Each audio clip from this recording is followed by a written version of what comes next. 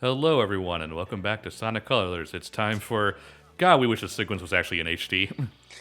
Well, I mean, it was in Generations. Yes. But And for it was longer than very like pretty, 2 seconds. Yes. Yes. yeah, okay. Planet Wisp was always one of the more epic-looking levels in Sonic Colors, at least until it locked itself in side-scrolling and became all about flat orange platforms the entire time.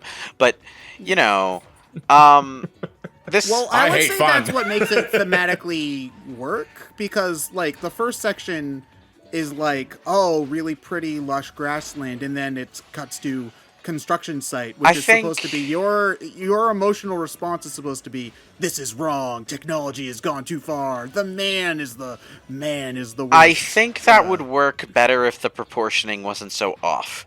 But the thing Like is, if we had a full act in the natural area to start with. the thing is, this combination of scenery plus epic music is not the norm for Sonic Colors. So this kind of feels like that level in the game where the seriousness that has been buried, the serious problem that has been buried underneath Eggman's theme park is brought to literal light, you know? So it's a really nice moment. It's like if I were to compare it directly to something, I would compare it to in Ratchet and Clank 1 when you finally land on the home world of the what's the name of the race that Chairman Drek is leading, the race that's trying to build a new planet. I forgot how much I hated the spike power-up in this game. Basically, you land on their home planet, and it's this polluted, toxic wasteland that Ratchet can't even walk out into without an O2 mask on, and it's got this neat feeling to it, and the music really sells it, and it's a somber note in an otherwise pretty funny satirical game, and it happens somewhere around the mid to mid-late stages of the game too, so it happens somewhere around the same part as this does. This kind of thing can be really effective as a mid-game tone changer, I suppose. I'm Well, actually you say impressed you that say mid game, but technically you can do stages and worlds out of order. Oh, I forgot no, that was sort, a thing. only sort well, of. okay, you can do some worlds out of order, but not stages. Stages are linear. You can, You can really only you can do Sweet Mountain and Starlight Carnival in either order, and you can do the last three in any order. Right. Right. Oh yeah. Can I talk about how much I hate Spike? Because it is the herky. The dog from thing. Rugrats, But or I love Spike. Spike is so fun. No, it's the Steve Bloom does them really well in Cowboy Bebop. the like. Have you seen? Well, I guess it's better here when Go too Ryan's. Oh, because he used it to drive himself into a cliff. Okay. well, But, like you saw Ryan earlier, like he was stuck on a platform because he jumped on it. You're intended to use the not spin dash to like try to go fast, but if you do that, it's really herky jerk and annoying. And it's just also this stage has the best music in the game. But also, when you hear Spike, vroom, vroom, vroom, vroom, vroom, vroom, and it ruins it. It becomes a shitpost. Yeah, pretty much.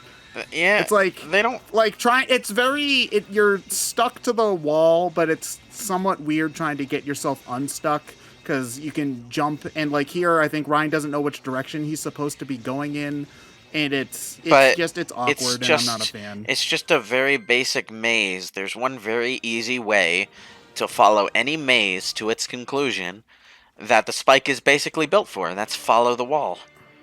Well, I mean, I'm not saying that it's hard. I'm just saying that it's annoying in herky jerk. It's different. Like, I mean, it's not I a don't know. game-ending thing. Just spin dash once and you're out of there. Well, that's the thing though. Is like you spin dash and you don't know where you're going, basically. Well, the thing is, but the spin dash with Spike not only has a considerable amount of speed that you may not have been expecting, you're also locked to a certain speed. and there's nothing you can do about it until the spin dash is over. And I feel like jumping out of the spin dash is not as reliable as you would expect. Can you even jump out of the spin dash? I don't remember, but Not that I know of. I guess I just Yeah. naturally acclimated to this power up more than you did. I guess I'm just better than you, I've Ted. never had. Well, okay, well then why can't I say Sonic Rush isn't that bad because I don't die as much for stupid shit. I've as never you had guys these do. issues you're talking about. It's always felt natural to me. So I can't see it. All right, Clement, you have to be the tie-breaking vote then. I like spin dashing with it. I like when it goes super, super fast, but not my favorite go-to Wisp. Not really. Aw, damn it, alright. you and your halfway fence-sitting comments. Now we'll never know who The wins. the C in BSC stands for centrist. If I have to take a stance, then no, I don't like it. Yeah, woo. Yeah. Our stupid All right, internet well, argument. I guess on that note then, favorite Wisp. And this not just for colors specifically, any game that has a Wisp. Hover. I mean, Yeah. Yeah, because you're basically a skew playing as Tails.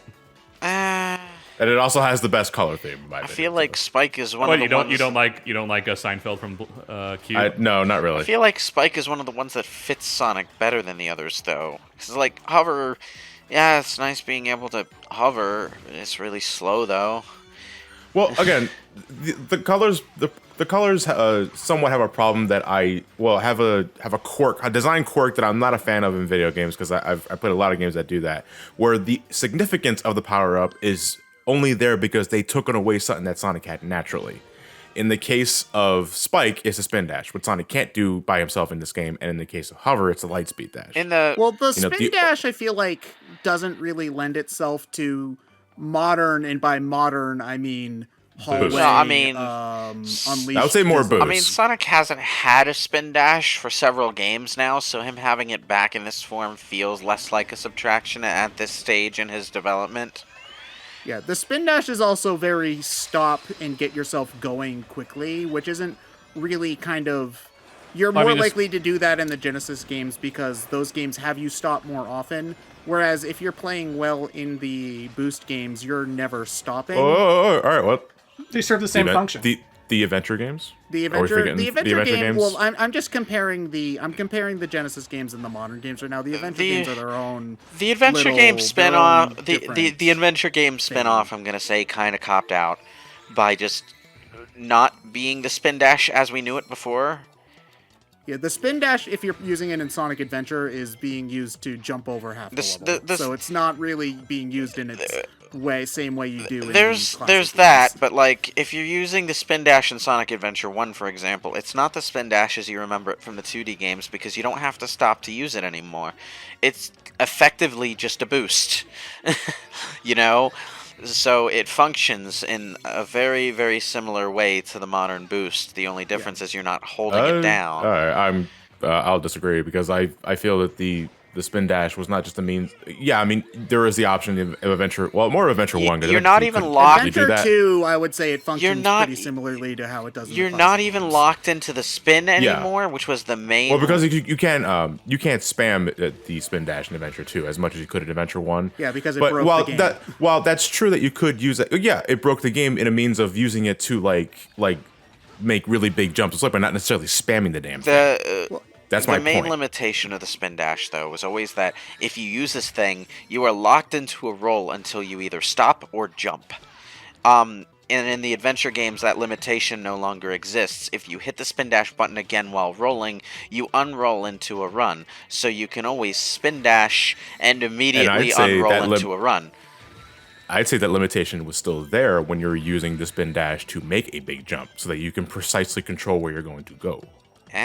There's still that It's not- initial boost, you know. Yeah, exactly. Like there's you can sure you can use it as a means of spamming just to go through a corridor as fast as you can, sure. But if you're also using it for its secondary purposes, which is to make large jumps, you just can't spam the damn thing and hope to because you're gonna fucking fall off the level every single time. You have to aim, you have to stop and spin. Yeah. Like it's interesting playing. It's interesting with the adventure games and with Generations because those are the only games that let the spin dash be its own contained button. Like usually you have to hold down and then push the jump button in order to rev up the spin dash. So you have to stop. You have to actually stop Sonic before you can do it. But with Sonic Adventure, with Generations, you can just kind of keep moving, then push the button, and he immediately goes into ball mode. Well, that was something that Adventure 2 tried to stop by having the somersault. So you did have to hold the button down, which did stop you. Yeah, Sonic 3D Blast had a similar thing, where the spin dash button was basically just a roll button, but if you used it while standing still, you would rev up a spin dash.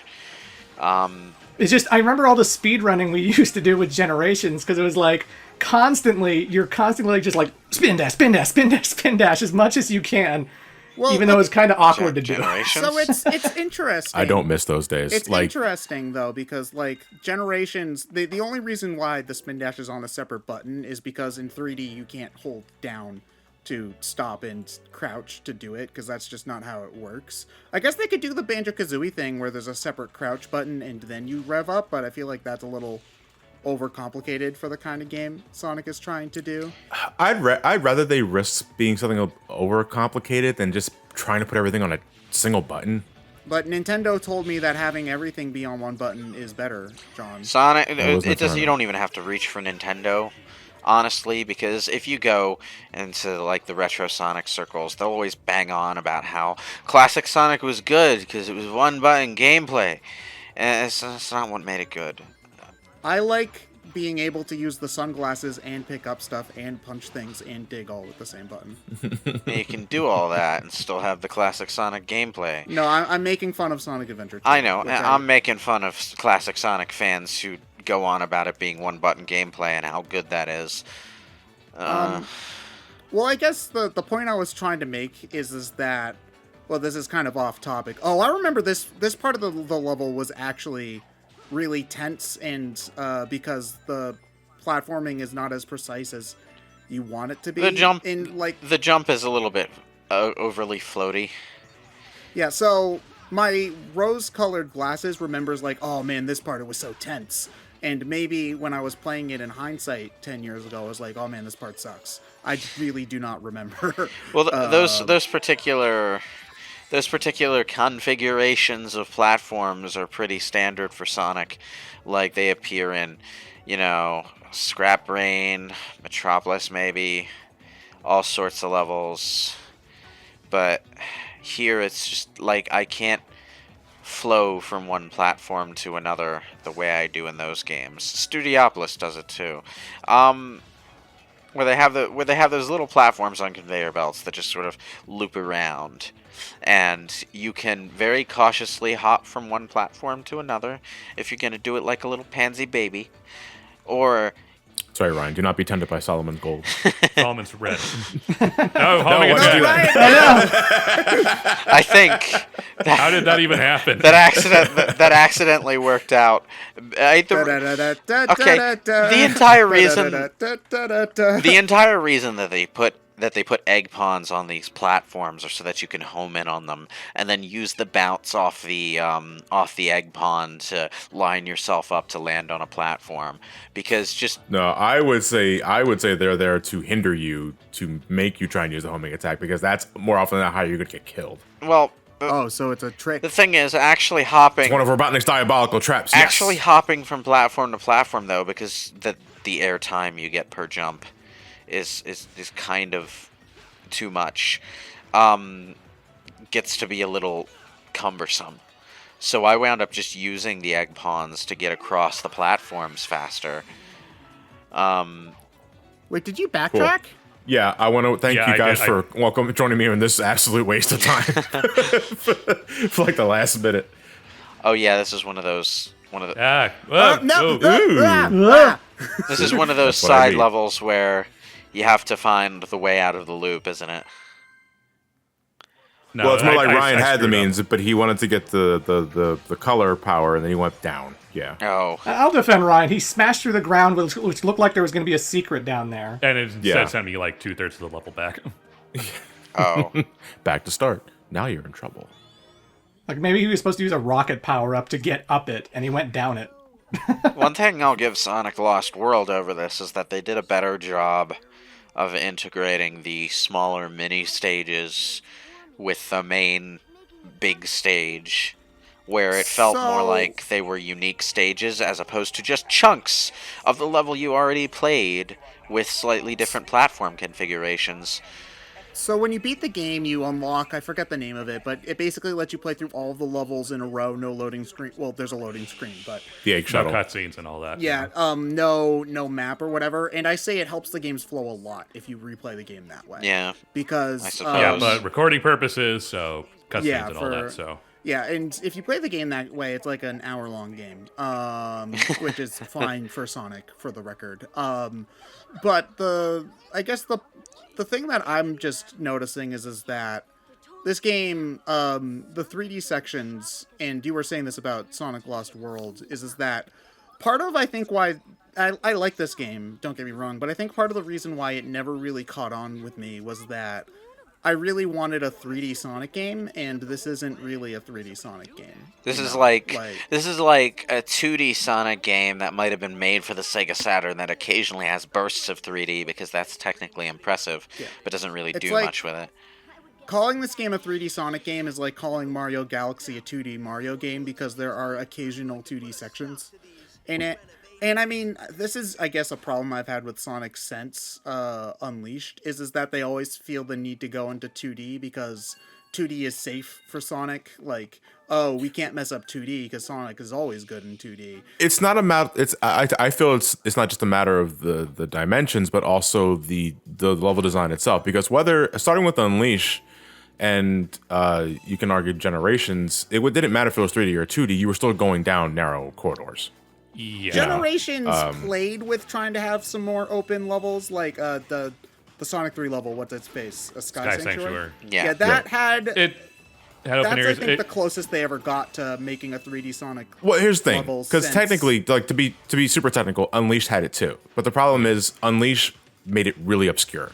Like you had to know that they were there. They were Like, also to even pretty... have those alternate pathways. accessible. when Unleashed did do alternate pathways, they were also pretty brief alternate pathways, though. Usually they were more like shortcuts in a racing game. Here's the. Well, I guess since we're at the other part, I'll save it to next time. But it's just a very basic thing of game design where it's infinitely easier to break a game in a 3D space than it is a 2D space. Yes, that's And true. when you go really, really fast, that makes breaking it even easier because the game has to register things. Yes. So that's always been a problem with Sonic trying to figure that. I'd argue that's part of the fun with Adventure. That's why I still think Adventure still has some of the best level design in the series. Yeah, but Fair enough. at the same time, a company doesn't want to intentionally make a game that way either. Yeah, well, I'm giving them money, so. We'll see you all in the next part of Sonic Colors.